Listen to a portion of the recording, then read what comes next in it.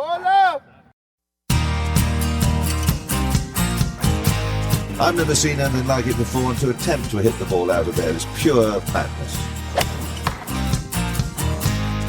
The winner of the gold medal and the champion golfer of the year is Cameron Smith. This is the one that I've always wanted to win since I was a little kid. So it just feels pretty amazing to be able to get it done today. It's amazing that it's my destiny to be the first Aussie to win. Just incredible. Hello and welcome to another special Major Championship edition of the Playing from the Tips podcast presented by Golf Australia magazine.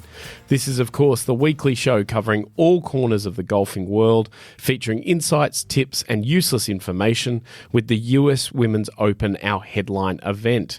Jimmy Emanuel is my name, and I will attempt to steer our so-called experts through an exciting week of professional golf that includes all the action from Erin Hills and the second Women's Major of the year, as well as the Memorial Tournament and DP World Tour action from Austria. Leading the charge for sense, research and successful tips is Australian golf's answer to Joe Rogan. That's right, he's got a podcast studio and rabid fans. It's Rod Murray. Man, spends less than 10 grand an episode to produce podcasts, though, so that's where the Joe Rogan stuff ends. The difference ends pretty quick after the podcast studio. Yeah. He doesn't have the design of your podcast studio. So. He has no toddler milk formula stacked on his bench over there. Exactly what I was referring to. Mm-hmm. Anyway. Props, people. Some props. Changes in your life that the listeners don't know about, Rod? Well, you got to be ready just in case, Logue. You never know. You got to have your nutrition, obviously. Next, nearly claiming a winning tip last week despite being overseas and not offering any help or insights in the tipping stakes, it is Cologne Korea Open absentee Adrian Logue. Nice. Do you want to defend yourself for not going to the Korea Open despite being in Korea? I did what I needed to do. That's yes, but you didn't do what we needed you to do. Yeah. So you can see the problem here. Because we need to find out why it's Korea Open, not Korean Open. Oh, sorry, I didn't find that out. No, I didn't realise you were curious. It's like we told you. It's like the trip wasn't even worth it. Okay, we talked about it in the podcast. Actually, a new word we didn't here, talk to him about it. That's true. This is the time of the show each week when we reflect on the week that was. Any highlights, lowlights from last week? Well, do I have a highlight for you? Ben Griffin, who won on the PGA Tour, and Logue, just before we started recording, told me I made Ben Griffin. I basically invented Ben Griffin. Pretty much. Yeah. So after what you did to Ewan Ferguson, it's the least you could do. Ewan Ferguson, who was almost your winning tip. Very halfway through the week, I was thinking, he's looking pretty, he's going to win without actually saying anything. Yes. I saw, Jimmy, on the European Tour coverage, the DP World Tour coverage, actual footage of Marco Penge winning the Phantom Tournament in China. So we can now confirm that it happened. Okay. They had a bit of video of him hitting a couple of shots and holding a trophy. Now, it could have been staged. Was it a recreation done last week? There's no suggestion, nothing to prove they knew we were onto them. But at least, a Capricorn 1 situation. It's the first time I've seen the footage, and the tournament was, 3 or 4 weeks ago? So, a month ago, and where's Marco Penge been? Does anybody know what he's been doing in between? Yeah. But anyway, we finally saw footage of the Hainan Open, so that was nice. There you go. I thought Jed Morgan was a bit of a highlight too, having mentioned him last week. Another of the same sort of week. Lots of promise, particularly in the first round, but good, solid, decent golf to finish off. And he wasn't playing well yesterday and really fought hard and hung on. I really like the way his game's going. Absolutely. I think another highlight is the consistent appearance on leaderboards of Hao Tong Lee. We're stated Hao Tong Lee fans. He's in good form. Very much so. And he is just consistently showing up and doing it. So that's... Talk about watchable golfers. He's got to be near the top of the list, doesn't he? Oh, absolutely. Literally anything can happen when he's got a golf club in his hand. I was also excited by the good play of Poom Sax Hansen, one of my favourite players who finished runner-up in Korea. One of two ties battling it out for a Korean. It was actually a really good finish. I watched quite a bit. Doesn't happen very often. That was one funky golf course, wasn't it? Yeah, pretty wild. Cut into the side of the hill, stepping down the cliff face. It was different. Logue could have told us all about it if he'd bothered had to go. Had he been there, yeah. And Tommy Fleetwood, I think it's something like 37th top 10-5 or something on the PGA Tour without a win. It's just remarkable. It is remarkable. What are the odds? Well, what's the issue? Don't know.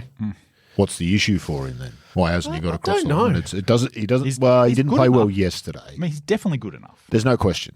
He missed some makeable putts yesterday, and it was a bit all over the shop late in the round, particularly as the back nine went. He started to get worse, which was It starts to become there's a block here. It's not VJ singing his putting. Yeah. Yeah. He had one of his best years, VJ, when he started the year by saying, I'm not reading anymore about how I'm the worst putter in the world. I go on the golf course and tell myself I'm the best. And the final, which remains in probably both highlight, low light category, Angel Cabrera wins back-to-back senior majors. It's a remarkable achievement, but What a player. everything that comes with it is not Where do we good stand for- on that? I'm not sure.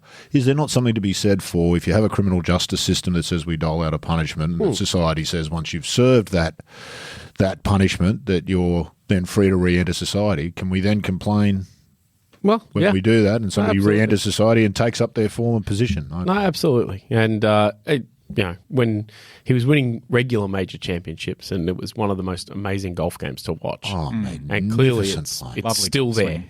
One of those drop the club on the ball type of A heavy swings. hitter. A heavy hitter, great call, mercurial sort of Yeah, talent. Just absolutely. conjure up a shot out of nowhere. Before we do leave last week, we amassed 4 top 10s, but no wins, all of which means we currently have 69 top 10s and 29 wins for the year. Did you blokes not pick Ben Griffin as who would low pick? No. Don't think we did know because you would have actually picked him. That's not the point of That's who would not like how. to pick. That Do I is have to not do everything? That is the not actual- how the game works. The actual opposite idea of who would low pick. Which, Rod, you were telling me those numbers are unmatched by any podcast recorded at Sydney Podcast Studios in its history. Yes, I did the numbers just this morning before we started. Yeah, because I think we're ahead of where we were last year. Yeah. So that makes sense to me. Moving along to this week's action, and there is plenty of it. We start with a major, the US Women's Open, presented by Ally. Sponsor watch. When you Google Ally in Australia, you'll get told about a women's clothing store in the west of Sydney. They are not the title partner of the US Women's Open. Wouldn't be a that big swing. phenomenal Wouldn't if it be they were? huge? Ally is apparently one of the largest car finance companies in the US, providing car financing and leasing for 4.1 million customers and originating 1.2 million car loans in 2023. It's on the list of largest banks in the United States by assets. Okay, There you go.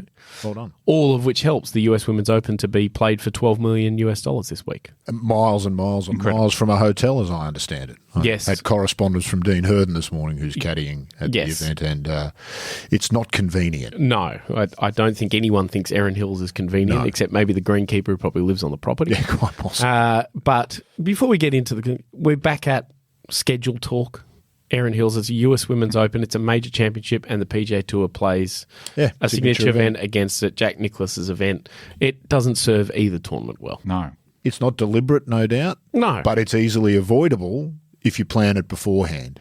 And that's the thing, It was only a couple of years ago the PGA Tour made a big hoo-ha about signing an agreement with the LPGA to give them assistance on their TV rights negotiations and some other, they were going to work more closely together. And this is what we get.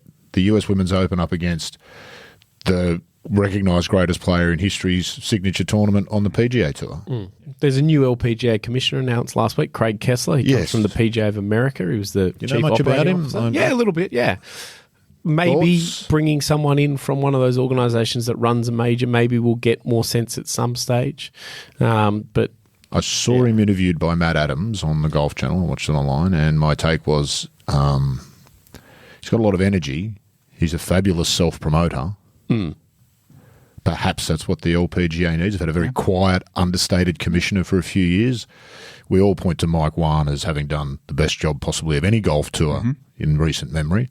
He's not quite a Mike Wan character, but he's certainly front and centre. I think the LPGA have suffered from their commissioner not being quite public-facing. They always benefited from Mike Wan always being on the front foot, doing a lot of talking to the media. So I think this guy will do that. There's Craig Kessler, but he's a different character to Mike you Wan. see, 39 years of age, pretty young for that kind of a role. But He's got energy, got a lot of energy, Yeah. I can tell you that. Good alliteration with his name. as Yeah. well. yeah, I think it's a good thing to have a dynamic leader I agree. of that tour. I agree. So Elephant in the He's room. off to a better start than the PGA guy. The the PGA of America. It wasn't. Rio or whatever his name is. Go and watch that press conference from before Yeah. the PGA if you haven't seen it. That He was, published some poem or something as well. There was something very White House about that whole. It looked like one of those White House press things that just was off the rails. And elephant in the room, is Craig Kessler in any way related to Peter Kessler? I have no idea. Neither do I. I haven't thought of Peter Kessler for some time. No, but now you have, and you won't be able to stop thinking about him for quite some time to come. Patrick Reed's caddy, Kessler Carrain. Maybe they're so there's a difference between a first name and a surname. Is there? I know some countries in the world flip them around, but generally speaking, he was in Korea last week. They go the other way. Yeah. So yeah, did you go to the Korea Open? No. Are you going to the Australia Open? Probably. I don't know. I think it's going to be this week's US Women Open. Well, Austrian Alpine Open that we're going to talk about later. Let's get into the tournament. Yes, let's. So, tournament itself, it's hosted a lot of big amateur events and one men's US Open, but Erin Hills gets its first women's major. And Logue, you're going to give us some details. Sure. First thing to note, of course, is that Erin Hills is at about 5.5 Sahalis elevation. We haven't had a Sahali. We haven't had a Sahali for a while. Thank you very much. Yeah. Maybe it's a majors thing. 1,000-foot elevation. And with firm fescue as well. Like you'd expect it to play kind of short, but it's a monster and it plays long. So the architects are Dr. Mike Hertzen, Dana Fry, and Ron Whitten.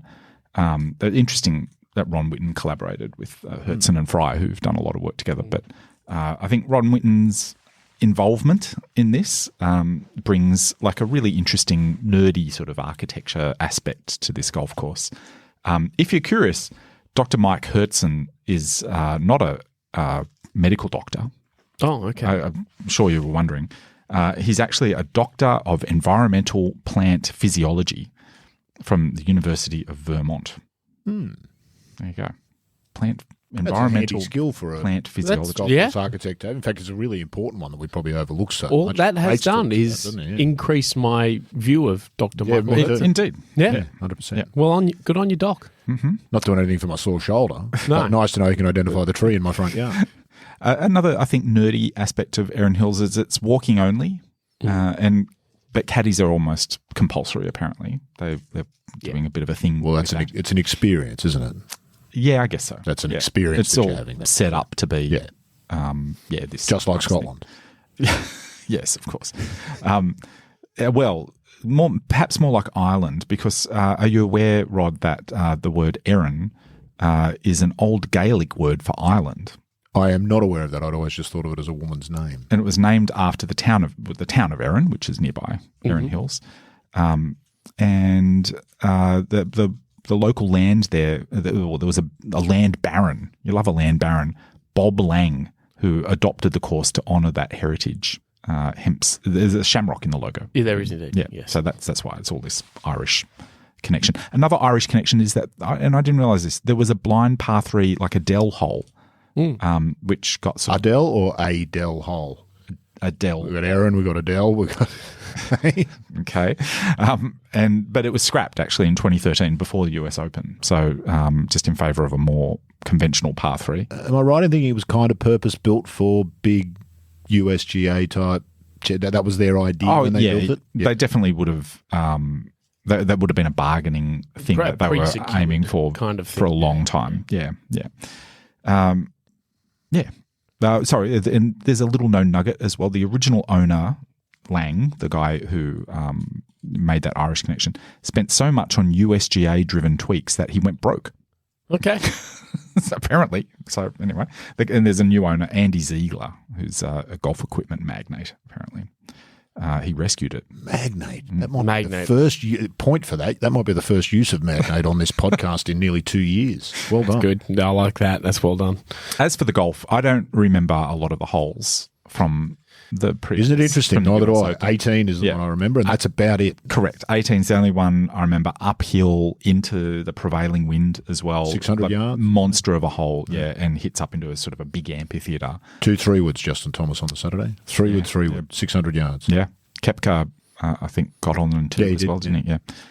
It wasn't little Brian Harmon was in contention that week as well. Well, it's the sort of course where the short hitter suddenly goes, well, everyone's at a disadvantage to the really big hitters, so I'm at no more disadvantage this week than normal. The average hitters are back with me, so... No, and if it does play firm and fast, you can find... It's the kind of place where there's those corridors where you can run it down further and all that sort of stuff. Suits a type of player too. I remember Peter Senior telling me that, it's very easy to get disheartened when people drive at 40 and 50 yards past you. But if you just remember in the back of your mind, if I shoot 65, they have to shoot 64 to beat me. And it doesn't matter how you do it. And that mindset is that Brian Harmon type thing, Yeah, I think there's two. If you look at it, there's two types of ball strikers that, like, you've got a lot of long carries here, and a lot of long carries that sometimes have to get not over just like a bunch of fescue and stuff to get to the fairway, but little depressions and get little extra bumps and runs from the hills and things because of that Ron Whitten influence, I think, in the design.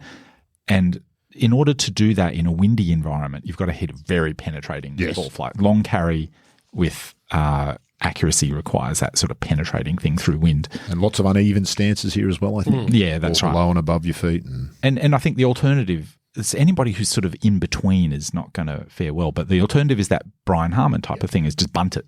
Hit to spots. Yeah, hit to spots, hit bunt here along. to here and to there. Yeah. To look at the top 10 from the men's US Open there, it is just a list of ball strikers. Yeah, yeah. Of guys that not the greatest green in regulation hitters necessarily, but guys who hit the middle of the club face more often than not. So yeah, it's all about that Koepka, sort of Harman, trajectory Matsuyama, control. Fleetwood, even like Bill Haas, one of those just elite level FedEx hitters. Cup winner, and we forget, don't we, Bill Haas? Elite level hitter is the kind of player who plays well here. Yep. Yeah. Oh, that's my final word on it, really, is that you're going to have to be a ball striker. But, just to foreshadow some potential picks. Yes. I think like a Lynn Grant or Maya Stark even, or Nelly Corder, obviously. But, yes. That's... Rod, we're going to get some list of the people we might look at to tip from you. Yeah, and as I did last time, I think we all know the usual suspects here in women's golf. We know there's 5 to 10 players that you'll expect to be there, and it's pretty much the world's top 10. It's Nelly, it's Lydia Ko, it's Gino Titikin. Who else is in there? Hannah Green. Minjee you'd put into that category as well. So we know them and we'll put them aside. We'd expect at least a good portion of them to be there Sunday afternoon. The one out of those that really stands out, I think, is Nelly, and it comes down to driving distance. She's the only one of the world's top 10 in the top 10 in driving distance on the LPGA. And Lydia Ko, for example, is averaging 20 yards less off the tee. Give the punters a little indication, Jimmy, of just what 20 yards behind at this level actually means. Hard to compete, really, isn't it? Or should be. Well, it should be difficult. Yeah. Particularly, I'd say, in women's golf, where that means that maybe Nelly hits 6-iron, whereas Lydia's taking the head cover off something. It's probably three clubs difference for your approach shot, isn't it? Yeah, it's starting to become into that's longer clubs that you can't spin as much and they're more difficult, and you've got to it's not the difference between land and away from iron. the hole. That's At a right. place like Erin Hills, where it's going to be firm and fast and it's a big green. Elevated greens too. Yeah, you're hitting away from the hole with the club you'll have to take that's 20 yards further back. Having said that, on Lydia Ko, there may not be and may never be a better hybrid player in the game. No. Would we agree on that? She hits them like mid-irons with the accuracy and she really... So, yeah. Among the more interesting names, I had Lynn Grant on my list as well. She's not been playing great this year, but this is the sort of course exactly where she should sign, where that hitting of the ball is where... Maya Stark I thought about as well, but is she a little wild? Erin Hills has got a bit of space. It's wider than a typical US Open venue, but I just wonder whether she feels like one who's likely to hit it into an unplayable spot at some point and cost herself 3 shots unnecessarily. Yeah, that could go either way, couldn't it? She's going to, she's aggressive. She's an aggressive player and she's going to attack the course and not be sort of bullied by it. That's right. She'll try and get on top of it. And that could go really great for her, or it could go really bad for her. You wouldn't be surprised to see her there Sunday afternoon, but that's when the real pressure begins, when you've got the loose shots in the bag that she does. Spieth suffered from that a bit too. Great recovery player, probably a better recovery player than Stark, and so that's why I kind of sort of took her off the list. Charlie Hull is the one that really has grabbed my attention. Yeah. This should be her event. This is, let's be honest, this is the major of women's majors. This is the most important women's tournament in the world. It has been for decades and will and should continue to be forever. This is the most prestigious event in the game. So there's a little extra level of pressure in for the top players.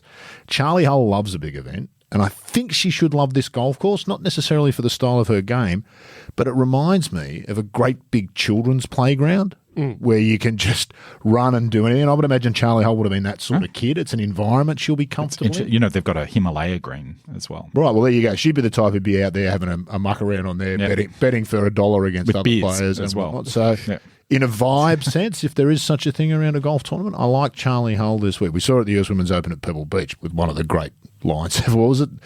Quiet kids don't get chocolates or something. And out comes the 3-wood. She hits the giant cut round the tree. That sort of player, I don't know if this course is necessarily that, but she hits it far enough. We know she hits it well enough. I think she'll be fired up by the thing. So Charlie Hull is one to keep a name on. Nana Kurtz-Madsen, who contended right till the 72nd hole, really. Not fiery contender. Well, exactly. Fiery. And That's what works for her. She hits it long too. She's 11th in the driving distance, so she's got the innings. She's actually a very good hitter, and she keeps bobbing up in various tournaments around the place. And she's the sort of player who you wouldn't be surprised to see win a major before the end of her career, though maybe the US Women's Open, not necessarily. Do you remember Canusti when Anna Nordquist won? She had that horror on the 18th green. Hopefully she's recovered from that. I think it was a shank, wasn't it, in the bunker? She had a shank, an actual shank. Interesting names. Emily Odwin, first player ever from Barbados to qualify for a major championship. Oh, she got through at Olympic Club. She got 3 under for 36 holes around Olympic Club in San Francisco. I don't care what condition it's in or what time of year you play it. That's good golf. You've earned your way on. So, yeah. And the other one is Yani Singh, who qualified in Arizona. She knocked out our own Hira Naveed in a playoff with a bunch of other players, putting left-handed. She switched to left-handed putting 6 months ago, and when it actually qualified to. I mean, who would have? If you'd said in 2010 that one day in the next decade and a half, Yani Singh will need to qualify to play in a US Women's Open, they would have taken you away and put you in a straitjacket, and they would have been right. Unthinkable. Yeah, absolutely unthinkable. Extraordinary talent. I didn't realise she had a couple of hip surgeries in the last 2 years as well, but she's playing a practice round with Lydia today. You couldn't say she's a genuine chance, but that's a lovely early week story that only the US Open seems to throw up. That qualifying event gives you great early week stories. It's very democratic. Yeah, and it's youngest players, and they're just nice. I mean, this Emily Odwin, unlikely we'll see her possibly even on Saturday or Sunday, but that's a really nice way to go into the week. You've got this lovely story about the first player ever from Barbados, so that's good stuff. Hannah Aminja, you'll talk about when we talk about the Australians, I'm sure. Jimmy. So there's some of the more interesting left field sort of names. Contenders, I really like Jin Young Ko, partly because she's got our friend Dean Herden back on the bag. Nice. And I think that's they had a very successful time together. Jin Young's coming back from some injuries and whatnot, and I spoke to Dean a couple of weeks ago. He was really encouraged by her finish, particularly to the last tournament she played a few weeks ago. I don't think she might have finished top 5. She was sort of in contention around there, but that's a good a good combination. I've got a little insight. Oh, okay. Yeah, okay. As well. First in strokes gained approach from 150 to 200 yards. Jin Young? Yep. There'll be a lot of those. I was just going to say, because she's not one of the longer hitters. She's quite a ways down the list, more in that Lydia Ko than Nelly Corder category, so that could be important. She finished 6th at the 6th, there you go. So Matt Burns will be happy with that. Here's some other insight. Dino just sent me a thing this morning. The USGA are dreaming if they expect threesomes to get around in just over 4 hours, 30 minutes. This was the time part they said early in the week. Follow-up message from Dino a little bit later. Time's been refreshed to 4 hours, 54 minutes for three balls to get around, and they might still struggle because the LPGA really enforces this slow play stuff. There've been the tour that they've gone out and done what punters have been demanding, fans have been demanding for years and years and years, and it's making them very, very unpopular in some places and in some ways. And it would be a shame if there was some kind of a PR disaster over a time penalty. It happened once before in a major. I can't remember the girl's name. She was from Brazil. I'm going to say 2010 or 2012. 10th tee on Sunday, they penalised her 2 shots for slow play earlier in the round. And she was certainly among it. I think Annika went on to win, but she was certainly among it. I remember at the time just thinking, wow, of all the times to pull a time penalty on someone, back 9 of a major when they're in contention. So, look, let's hope we don't have that. But Dean says he's never seen a more undulating set of fairways than the back 9 here. Of course, of 2 9s and the back 9. And it's partly why he said it's going to be brutal to try and get around in that kind of time, just because there's long walks from greens back to the tee. It's a very modern golf course in that way. You don't walk off the green onto the next tee like you do at the old course. Not that they do that for the Open either, but it's carved out of ancient glaciers. Is that right? Land, yeah. Why didn't you mention that during? Well, I just wanted to throw it in at the appropriate time. Saved it up. So you've still teed it up with the on the time penalties at the. At one of the pre-qualifying sites, they hit 9 players with time penalties. Is that right? Earlier this month. Listen, if you're one who thinks slow play is a problem, you've got to stand and applaud that, don't you? Because that's what we've been calling for. Give them shots. Don't find them money. Give them shots. Can you imagine if they did it in men's golf? Absolutely. Even at that level of a qualifier, there would be riots. Exactly. All right, we may as well get our first tip. Let's go with our winner first. Rod, I'll give you the honour, given you did all that legwork. I'm going to go with Lydia. Nice. There's a little bit like Charlie Hull. There's a vibe about Lydia this year. This course probably shouldn't really suit her. And the US Women's Open has not actually been a great event for her traditionally. There's something about her this year. There is nothing left to achieve in the game, and she seems to have a freedom about her. Hall of Fame she ticked off last year. The 3 the collection of medals from the Olympics, won the Women's Open with one of the best shots possibly of the decade, that 3-wood that she hit into the 17th. So she's, again, a bit like Rory playing with house money, but she seems to, I think she's got in mind to retire at 30, as she said she would a couple of years ago. She's 28. There might be a bit of urgency for her to get on with doing what it is that she wants to do, and this is what she wants to do, is collect more of these. She's got enough LPGA titles. These are the ones to play for, and I think we'll see it this week. I think it's tricky with Lydia. I'm just not sure what's going to happen with around the greens, and a lot of short grass around the greens. And she's obviously got a huge advantage with her short game, but is that advantage nullified or enhanced by the sort of playing conditions? Well, I think it's enhanced because the LPGA, possibly even more than the PGA Tour, tends to dish up courses with long grass around the greens all year. Yeah.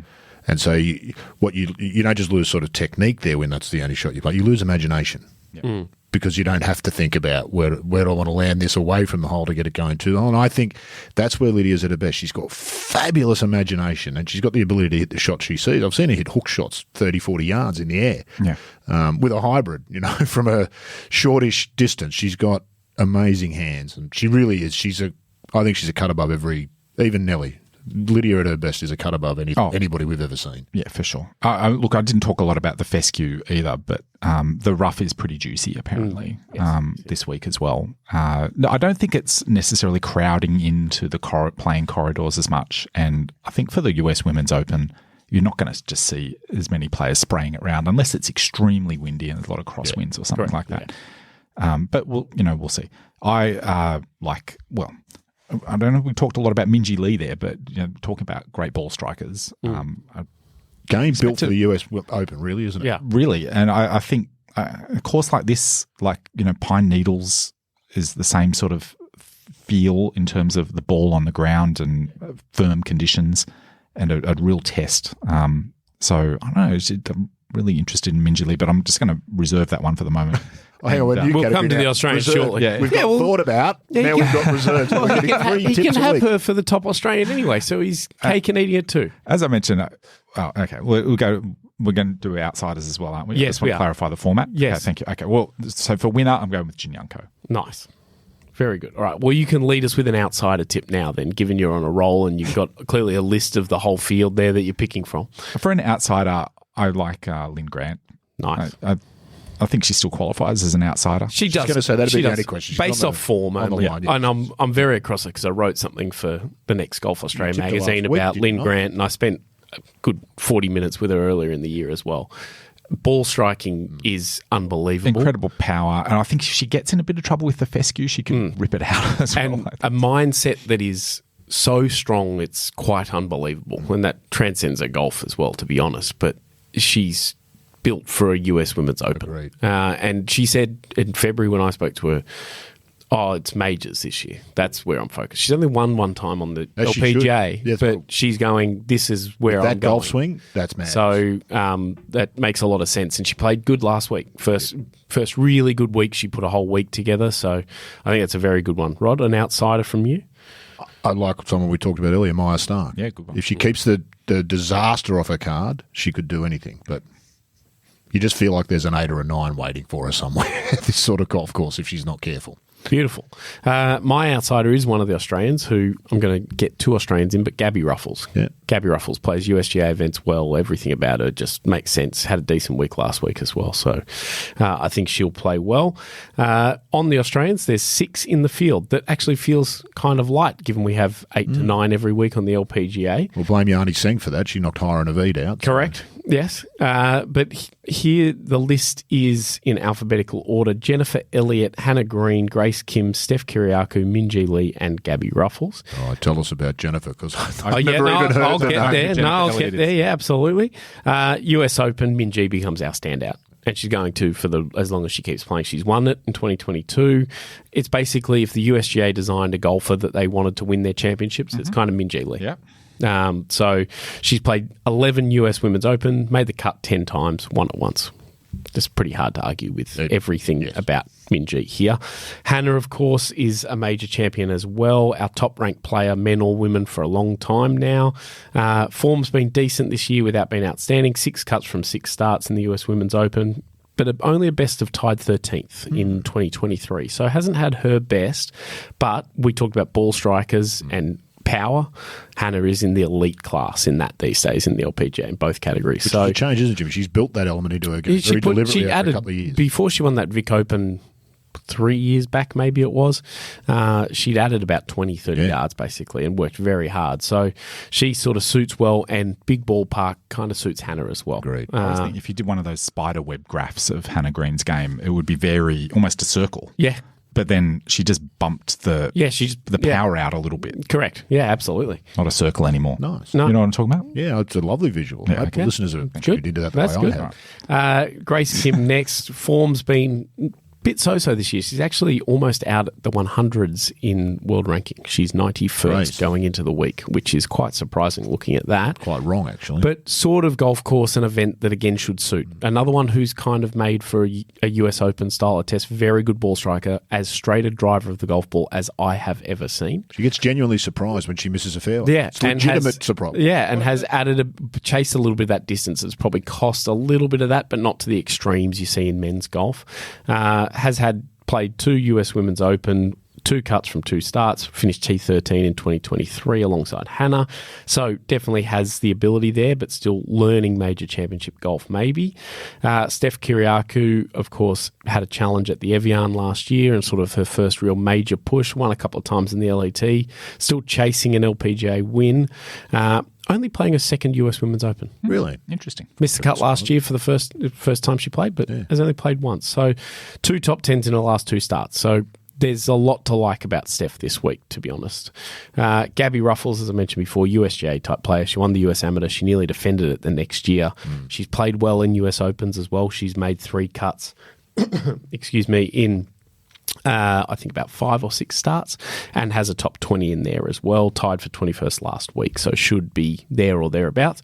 And the final Australian is a name maybe not as familiar to some, so Jennifer Elliott might be more memorable to some people who watch a lot of amateur golf as Jennifer Herbst, Herbst. She was on the West Australian state team for about 4 years. Then she went to college golf in the States and played at Sam Houston State, where she had a pretty successful college career. And then she got in here through qualifying, and I think she shot 8 under over 36 holes at Bentwater Yacht and Country Club. Great golf course. In Texas.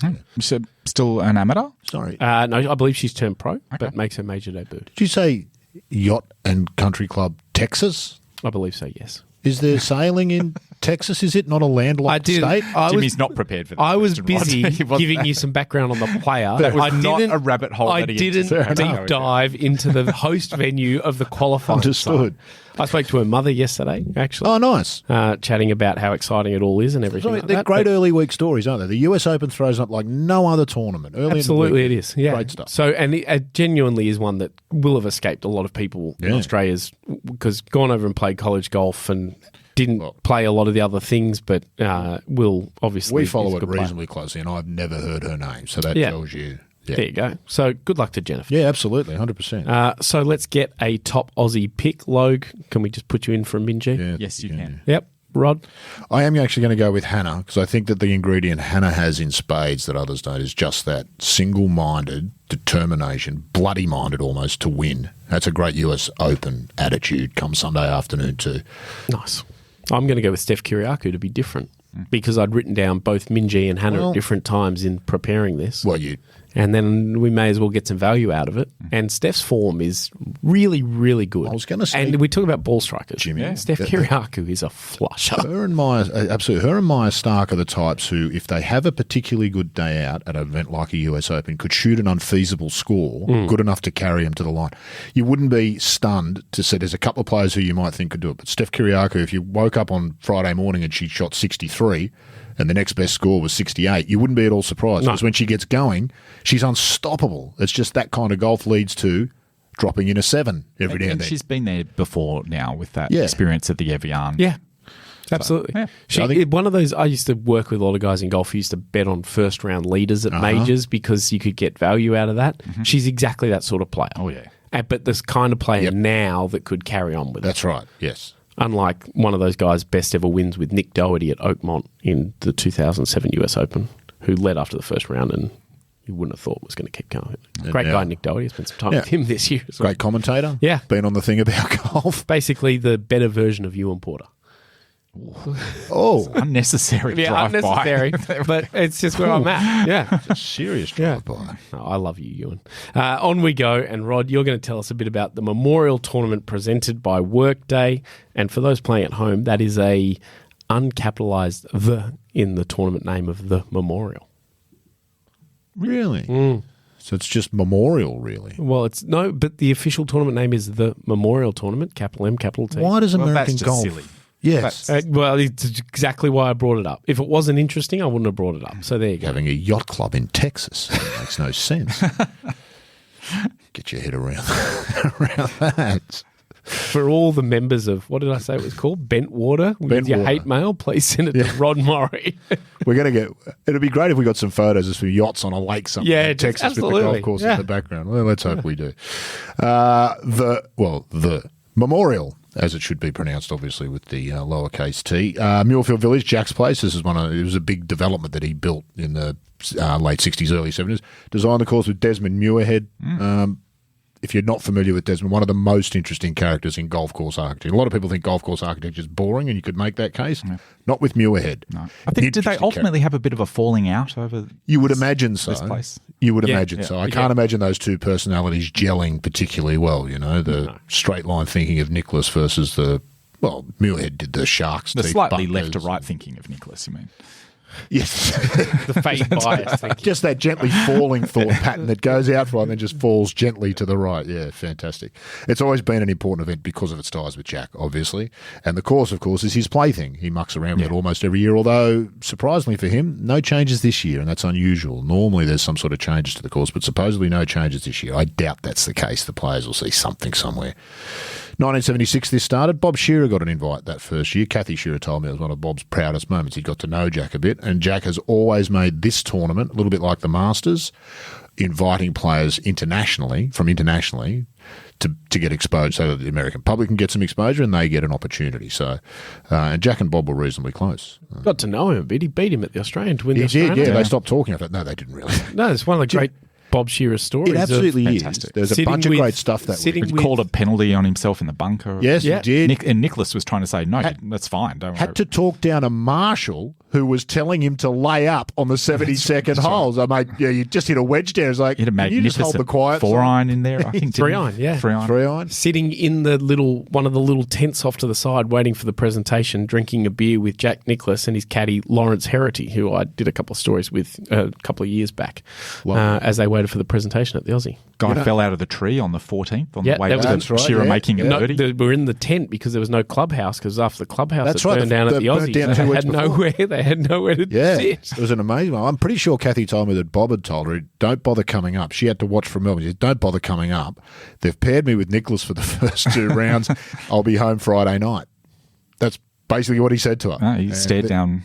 Went out best player in history for 4 days. Yeah. So nothing to do with the Memorial except that he got an invite to the first one, which was fantastic. The other great winner of the Memorial was who's your TV commentator? Yeah, Huggy. He was the first. Didn't he win it in the first year? Might have been the Roger first Maltby. one. Yeah, Roger Maltby. Yeah. Go and have a listen to Huggy's interview with Roger Maltby on the thing about golf from a year or two ago. And he tells the story about how he lost the check and because he was drunk. And course record holder for most cigarettes consumed on a golf course during his commentary days, Roger Maltby. We miss him at the US. Yeah, one elite operator. Yeah. That's a good shot, huh, Raj? Yeah, you know it, Johnny. Very, very impressive winners list here. It really brings quality players to the fore. The last 5 years, the list is Scheffler, Hovland, Horschel, Cantlay, which was his second win, and DeChambeau. So you can kind of see the sorts of players, Horschel aside, perhaps in there that tend to win. So the course itself, a little bit like Erin Hills. You don't remember a lot of it, but towards the end, the short par 4 14th. Always gets some action there. The part 5, 15th, which is generally gives you an exciting finish. You got short par 4, short par 5, then a brutal finish with 16, 17, 18. Pardon me. So we generally have memorable finishes. Really tough finishing hole, uphill par 4, green above, rising. Really difficult to sort of finish it off. It's a signature event. Second last signature event of the season, Jimmy. It's May. Of course it is. And I don't see where you've got a PGA Tour season's sort of almost, we're back to that. Tells you how much the calendar Gets back to that scheduling thing. They could have worked out a way to spread this out a bit more. And a signature event without Rory. Well, without Rory, who interestingly accidentally did some homework, Jimmy. He won't be getting fined. Apparently, the skipping signature event fine money came from the Player Impact Program. The Player Impact Program no longer exists. No loss. Okay. Skip the signature events at your will. So there you go. Has Rory ever played this? I don't recall a lot of Rory at he's played there, not played particularly well there, but and hasn't played a lot. And people have been jumping all over him because he's Rory now. He's moved into that space, you know. Bunch of drivers get knocked back PGA week. Oh, Rory's driver was illegal. He's into that now. Oh, he's not playing the Memorial. He's turned his back on Jack. It's a scheduling thing. Yeah. And is this the week where Rahm always opines about wasn't this where he got carted off after the Saturday when he's leading by 5 and he returned the positive COVID result? But I think last year wasn't he all he got all sad that he wasn't playing. Because didn't he win it the next year after? It might have. He did. Yeah. He's got a terrific record. It's his sort of golf course. Yeah. You want a bully to beat up Jack's place, and he's quintessential bully. So look, the course will do its job. We generally get a pretty good finish here, and it tends to the cream rises to the top here. It's one of those courses and one of those events. It is one of the more difficult courses. After 2023, the changes made there. It's been single figures under par winning both of the last 2 years. Prior to that, low double digits, 12, 13, 14 under. It was that kind of golf course. So to make a change that significant, we'll see if it sticks this year. They must have made the course a whole lot tougher. 4 shots is a lot of shots in terms of a winning score. Who to look for? Start with Scheffler. He's in that realm now, isn't he? He's not Tiger, but he's the first Tiger-like player we've seen since Tiger, is he not? Statistically. Yeah.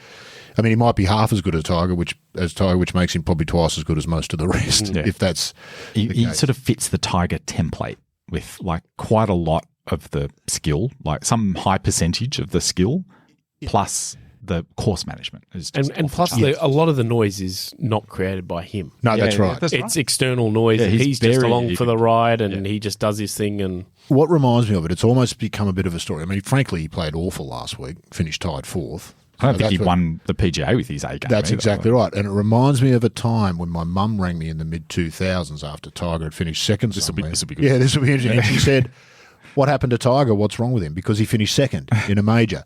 He'd got to that point where if he didn't win, you started to ask questions. And Scheffler's not there yet, but he's on that sort of trajectory. He's the first one we've seen since Tiger. So, Rodney, what happened to Tiger? Yeah, what happened to Tiger? Well, it was a bit like when who was the guy that was when Brian Lara didn't score a century? Yeah. Remember there was that couple of year period where every time he batted, he scored at least 100, and then when he didn't score 100, it was like, what's wrong with him? It's like, well, it's kind of hard to do, you know. Yeah. Other players watch. Cantlay's a 2-time winner, not been playing great this year. Actually doesn't seem to have liked the changes since 2023. Hasn't performed well since then. Hovland is an interesting one always to watch. He seems to be going up and down, but his form's been around there. He could always pull one out of the bag. Ober, of course, is Ober. He's going to win lots of stuff and only played here once but finished tied 5th. So good to see. There's some emerging players this last few weeks. We've seen Griffin. Well, your man, Ben Griffin, I completely agree. He's very watchable, though. Since I invented him. Since you invented him. Since you conjured him. He's watchable, right? He's really watchable. Yeah. I wonder if he's ever played that yacht club in Texas. Don't know. There's a bit of piss and vinegar about the there way is, it goes but back. it's also, absolutely. and this helps, I reckon. It's an interesting action. There's kind of a weird finish to that swing, which kind of jerks or something, and you want to watch it and say, "What's the he sunnies doing and there?" stuff? No, Like there's a vibe. Yeah, agreed, and it was great, and that's great for golf and great for the tour. Bud Corley and Davis last week, Davis Riley the week before. There's these players that are lurking around that second tier there who are just starting to emerge, and some of those could bob up this week. Here's what I'm thinking about. I won't tip him, though. But this is a guy...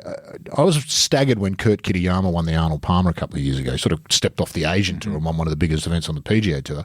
Similar vein of player, I think. I might be wrong about this, but Aaron Rai. It's just this guy who just seems to always be there. He's not quite long enough. He's not quite anything enough. But he's so good at all of it that he's always around. This is the sort of tournament, I think. I don't think he hits it probably quite long enough for this week, but this is the sort of tournament where you might see an Aaron Rai bob up occasionally. Just such a steady player. Can I just note that Aaron Rai, who wears two gloves and is very well known for wearing 2 gloves, takes one of the gloves off to chip? I've heard that, yeah. One to chip. Yeah. What are we even doing? I've got issues with everything about it. Yeah. Yeah. Are you more offended by that or the iron covers? Oh, the iron covers. In a PGA Tour bag, iron covers? Come on. Oh, does he have iron covers? Oh, yeah, always have. Oh, yeah. It's actually a nice story because they didn't have a lot of money growing up. And so when his dad bought him a new set of clubs, and he's like, I want to protect these. So he put iron covers on them. He didn't want them chattering around in the bag as a kid. And he's stuck with doing it for his whole career. But I can't endorse it, I'm sorry. Not on the PGA Tour. No. You scratch a club, just go get another one, mate. There's a truck over there. You know, pick your brand, walk in and tell them what you want. Anyway, I think he'll be interesting again. He's just interesting to watch most weeks because he'll bob up at some point and do something. That's about it from me. Interestingly, last night on the field, Jason Day, member of the golf club, lives around the corner, not in the field. Yeah, and terrible record here performer there. Terrible record there. Awful yeah, absolutely. There was that just President's Cup as well. There, yeah, just everyone going, oh well, he's a member and he must know. But just that's quite surprising to me. Scheduling thing as well, do you think? Yeah, it is. Absolutely, it is. This compressed calendar is really making it hard for the players. This is Rory's thing. He doesn't want to play 4 weeks in a row heading up to the US Open. So something's got to give, and it's this week that's given. The week's got to drop out. That's right. Let's get some tips. I'm going to open with Ludwig. Not playing great, but has played well there, and he's going to play. He's going to win these bigger events. And that's right. Yeah. Has he shaken off all injury concerns? Or yeah, I think so. I think there's it's just he'll come good then. Kind of venue that's just going to suit and just might be this week. Logue. Colin Morikawa for me. Nice. Yeah, I mean, elite strokes gained approach and really strokes gained tee to green. He's really good, and I think that's important. In fact, I think I've got a stat here. This is the the largest proportion of scoring is attributed to strokes gained approach on this course of any course in the PGA Tour. Is that right? So the best iron player. Remarkable level of research from you. It's an incredible level of research. Where do I get this from? Where would something like that come from? Yes, that's exactly right. Moving right along, Rod. I'm going to go with Fleetwood. It's got to happen eventually. He's got a terrible record at this course. He'll go in there with no expectations, and for that reason, he'll come out and win it. And if not, it banks us a top 10, so that's good. Yeah, good Fleetwood course, I think. It is a good Fleetwood golf course.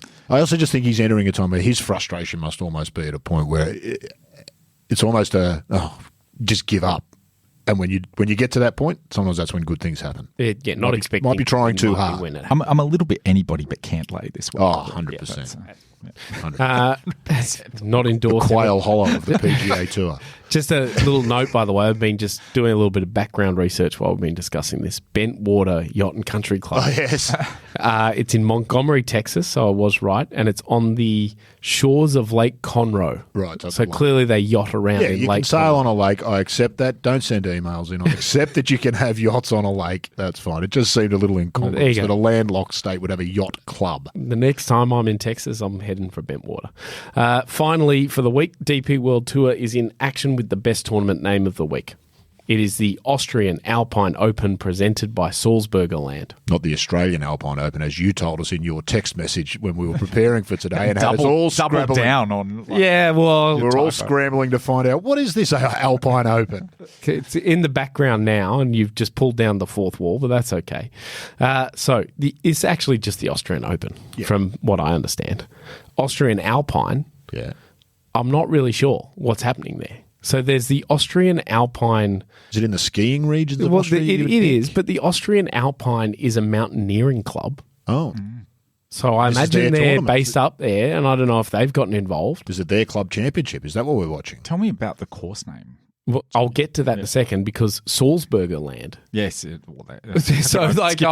read that and I was like, what is this? Capital L Land, isn't it? Capital L in Land. It's the tourism body for the Salzburg region, which is home to, of course, who was born in Salzburg? I don't know. Mozart. Oh, right. Okay. There you go. So it was going to be either that or Hitler, wasn't it? Despite all of that, it is quite a historic tournament. Been on the European Tour since 1990. Won by the likes of Bernhard Langer in the first year, Paul McGinley, Richard Green won here. This one became, I think, the Shot Clock Masters. They had Shot Clock on every single Bring that back. shot. That was great. But golf course. Gut Altenan Golf Club. Good. I'm going with good. Altenan. I think. Gut Altenan. Yeah, Gut Altenan. Altentan. Yeah, there you Good go. Altentan. Yeah, Apologies to nice. any German speakers out there who are injured. Hey, we got there in the end. 30 seconds was probably that very was pretty difficult painful to hear. for a lot of people, but that's okay. I got a German friend and I still can't say their name, so that's fine. It is the 5th best golf course in Austria, according to Top 100 Courses. So In some countries, you would go, wow. In others, you would go, eh. So I don't know about Austria. So we'll leave that to others to decide. It's a Jack Nicklaus design with Ron Kirby. And I quote this one random thing I found on the internet that said, was the Golden Bears' first European ensemble. Ensemble? I don't think I've heard a golf course called an ensemble before. It makes no sense, Jimmy, an ensemble. Here we are. So, opened in 1988, and it looks actually quite decent. There's a bit of undulation. It's not very long, but it kind of looks pretty typical for that part of the world sort of golf course. It doesn't look like a lot of Jack's work. It doesn't look anything like Memorial. Oh, okay. Doesn't look like Florida? Doesn't look like Muirfield Village. It's early kind of course design work from Jack. 88 is still finding himself. Still working his way out. And Ron Kirby gets a lot of mentions in the design stuff. So I'm assuming he was quite a lead on this project. So it'll be interesting to see. Rod, you'll be watching a lot of it, I imagine, given it's European Tour week. Yeah. So you can report back, because I didn't find a great deal other about the golf course. Player-wise, fairly typical sort of a European heavy group in a significant week for the PGA Tour. So Eugenio Chikara is one of the standouts, along Christopher Raytan, who won last week, our man Haotong Li, and Ryder Cup captain Luke Donald in the field. Going to go check out some of the lesser lights, I would imagine. Some lesser lights, nervous, no doubt. Yeah, no doubt. Why am I playing with you? Am I being considered? I didn't know that. Yeah, the hand-picked first two rounds grouping, but played quite well at the PGA, Luke Donald. The first round, he was top of the leaderboard when I turned on the TV. I thought there was a rain delay and we'd gone back 10 years. Given all the Keegan Bradley picking himself chat, you'd love to see Luke Donald just start playing some good golf and it'd become a thing. 4 Aussies in the field here: Elvis Smiley, David Micheluzzi, Jason Scrivener and Daniel Gale. There's also Kiwi Kazuma Kabori. So you've got the last 3 Order Merit winners from the Australasian Tour in the field this week. So some tips. Logan, we'll go to you first. Well, I thought about Jordan Smith. Yes. I think he's just one of the... He's getting a lot of love on this top-class players in this field. Bolted into the top 5 over the weekend at Belgium. Well deserved. But, I can't go past a triple-barrel name, and I'm going with Rasmus Niergaard Peterson. Oh, nice. He's been a previous pick of mine as well. So, consider this... Another nervous trophy engraver. A second chance. Yeah, indeed. Another of my able to spell without checking, which I'm proud of. That's well done. Okay. But big hitter, and I think he's a seriously good player. Nicholas Course, I don't know, I just feel like there's a chance he'll overpower it. Fighting for the ranking as number 1 Rasmus. Yeah, indeed. Hotly contended. He feels a bit Nicholas Colsaerts to me. He's got that kind of game, and as he matures, he's going to really mature into a very, very, very good player. As he gets a handle on his own abilities. So, I like Nico Colsaerts a lot, and I don't think I've ever used the word mature to describe him, but that's okay.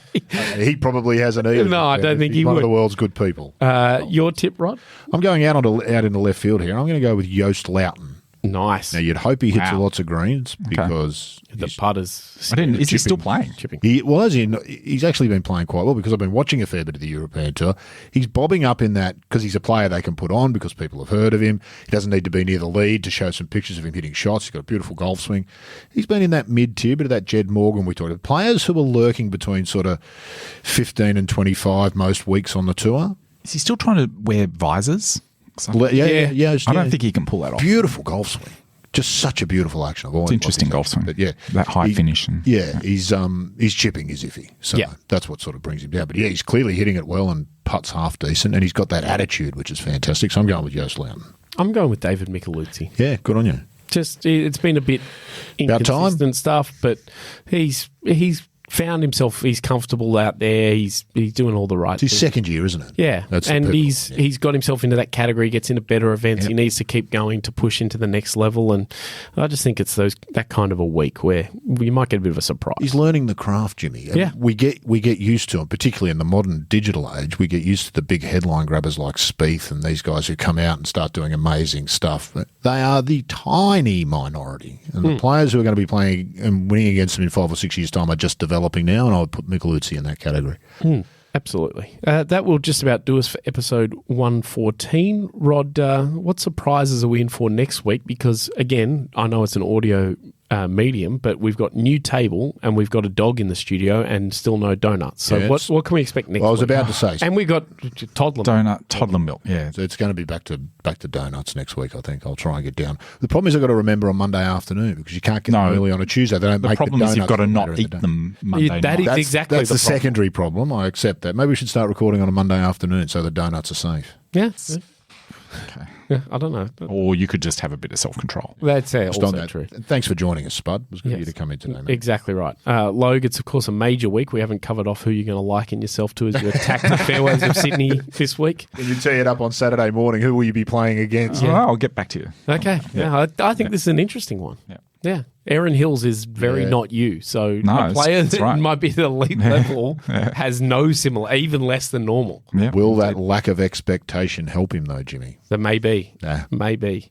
You can, of course, follow along with all the action on the Golf Australia magazine website, golfaustralia.com.au, and get out and get a copy of the June magazine with Scotty Scheffler on the cover with some last-minute brush-up for the US Women's Open, also the men's version, as well as some expanded feature content on the mental game. Thank you for listening, and we'll be back next week on Playing from the Tips.